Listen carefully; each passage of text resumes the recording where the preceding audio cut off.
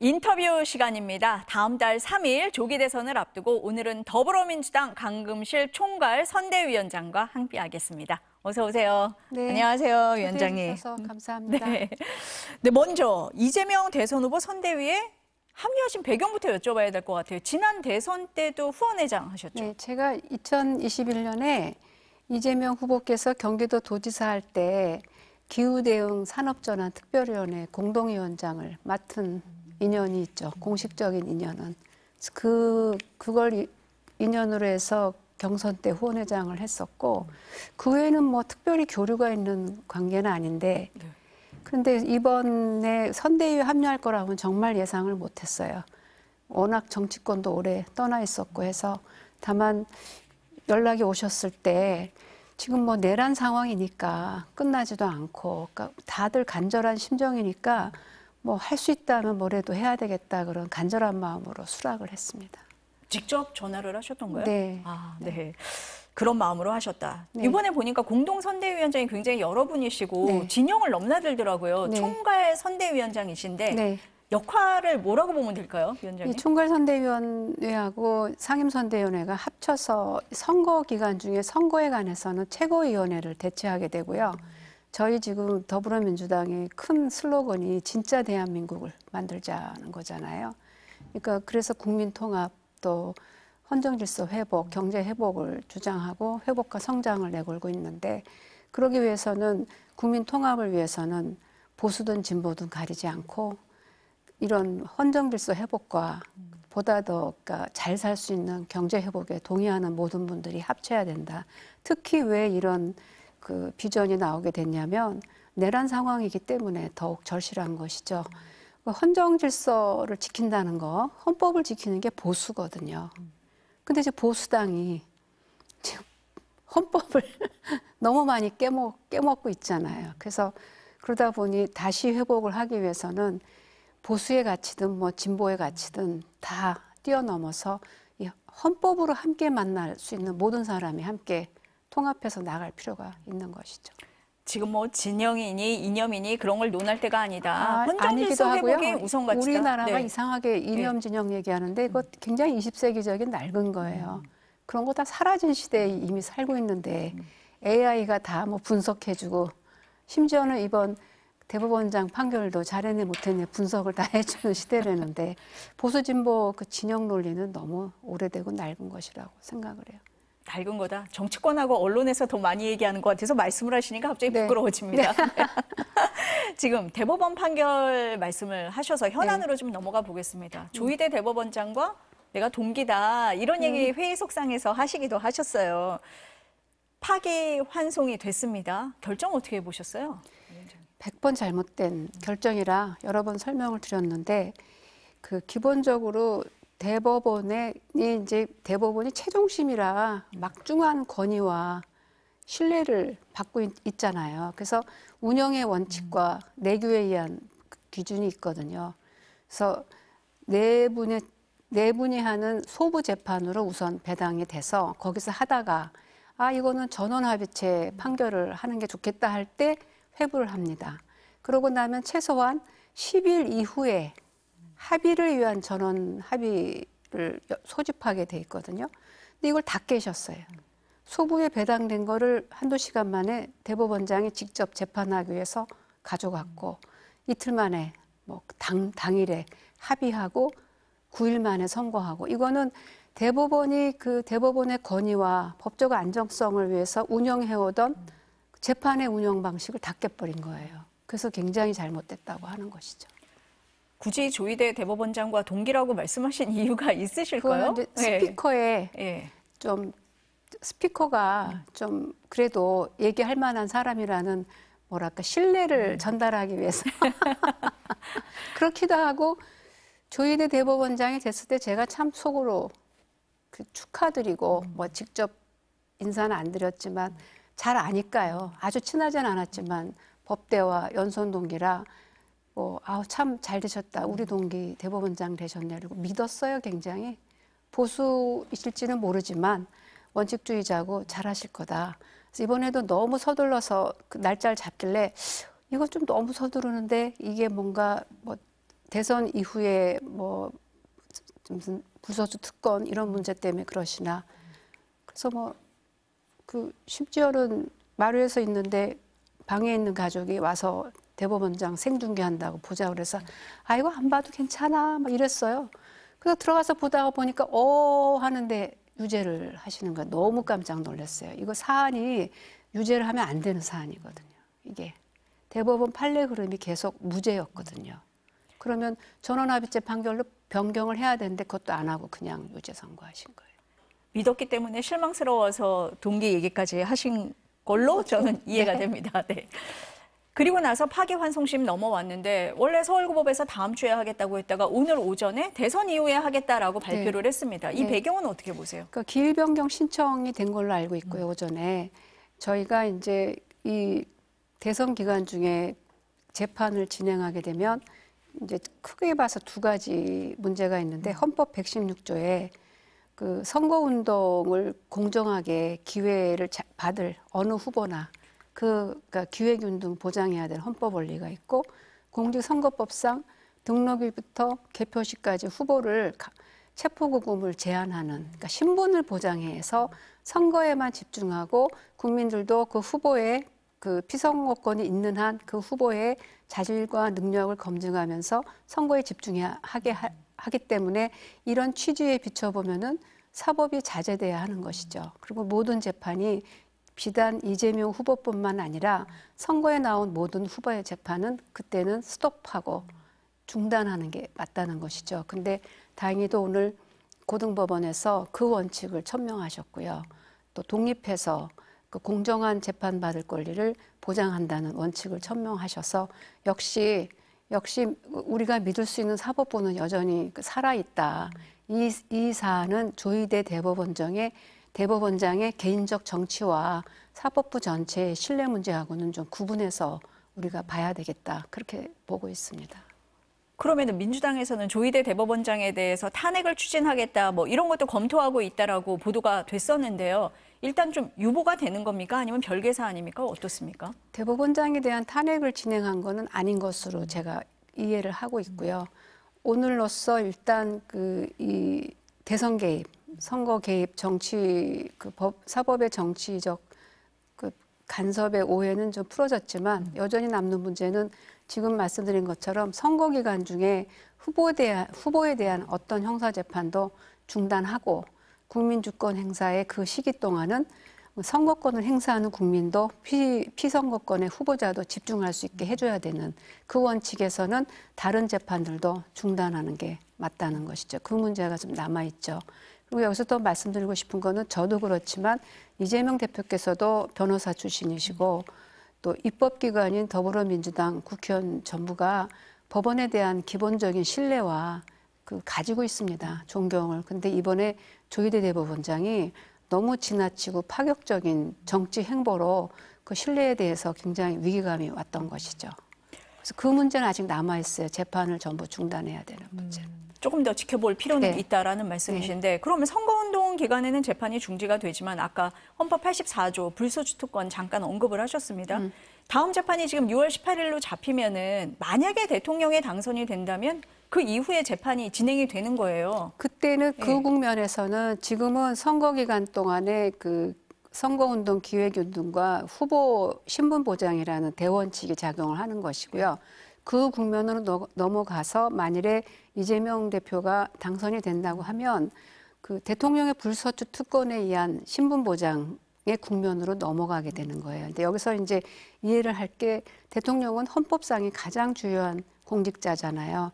두 가지 조항이 있어요. 하나는 65조에 탄핵이 아니면 파면되지 않는 조항. 파면만 가능해요. 대통령에 대해서. 그리고 불소추 특권이 있죠. 이 불소추 특권이 대다수가 재판도 중지돼야 되고 선고하면 안 된다까지 해석을 하는데 논란이 있죠. 근데 하위법에 헌법은 그렇습니다. 그리고 그 불소추 특권의 내용은 그 직무를 원활히 수행하게 할 것, 그리고 체면과 권위를 위해서 필요하다고 헌법재판소가 결정을 한 게 있어요. 그러니까 대통령이 직무를 잘 할 수 있게 보호해주고 체면도 지켜야 되고 국가를 대표하는 분이니까. 근데 밑에 하위법에 보면 국가공무원법하고 공직선거법에 일정한 그 형 이상을 받을 경우에 국가공무원은 당연 퇴직되는 규정들이 있거든요. 이게 헌법하고 안 맞잖아요. 그러니까 이 조항들이 적용되지 않게끔 불소추 특권이 헌법에 있는 것이죠. 그래서 사실은 뭐 법을 개정한다거나 신설해서 할 문제이기에 앞서서 사법부나 모든 그 정치 뭐 정당이나 이 헌법의 취지, 대통령의 신분 보장이라는 이 취지에 맞춰서 시비를 안 걸고 재판을 다 중단하면 문제가 정리되는데 굳이 시비 걸고 논란을 벌인다면 법을 신설할 필요가 있는 것이죠.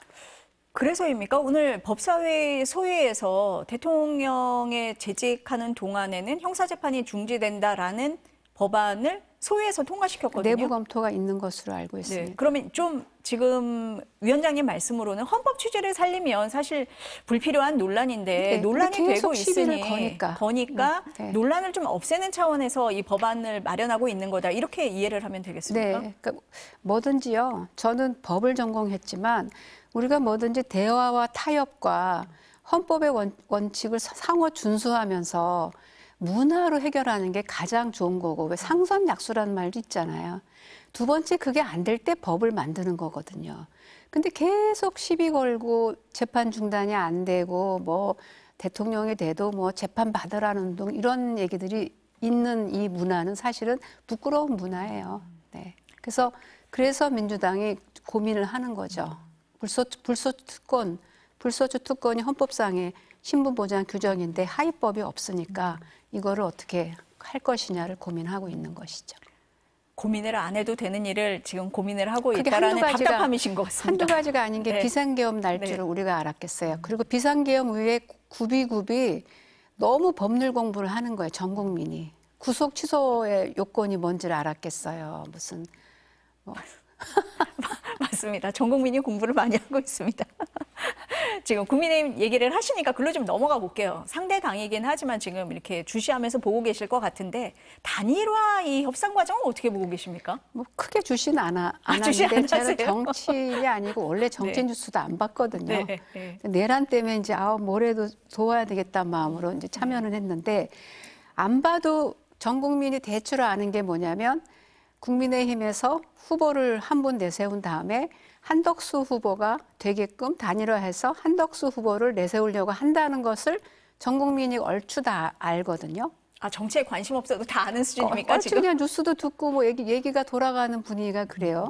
근데 저는 우선 이 말씀을 좀 드리고 싶어요. 헌법 얘기를 우리가 계속 하는데, 그러니까 헌정지수 회복을 위해서 헌법을 다시 보고 사법부는 어떠해야 되는가, 뭐 입법은 어때야 되는가 보는데 정당은 민주적 기본 질서를 지켜야 되거든요. 그리고 민주적으로 운영이 돼야 돼요. 근데 그렇게 전 국민이 알 정도로 정당의 후보를 다른 밖에 있는 후보하고 단일화해서 미리 밖에 있는 후보를 단일화하도록 미리 좀 다 돼 있는 것처럼 하는 이것은 매우 민주주의에 어긋난다. 공정한 경쟁, 그렇죠?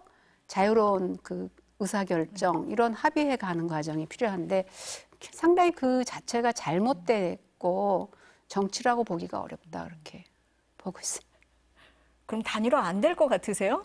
단일화 될지 안 될지는 모르겠는데 뭐 후보 등록 전에 뭐 단일화한다 이런 방식들이 좋아 보이지는 않습니다.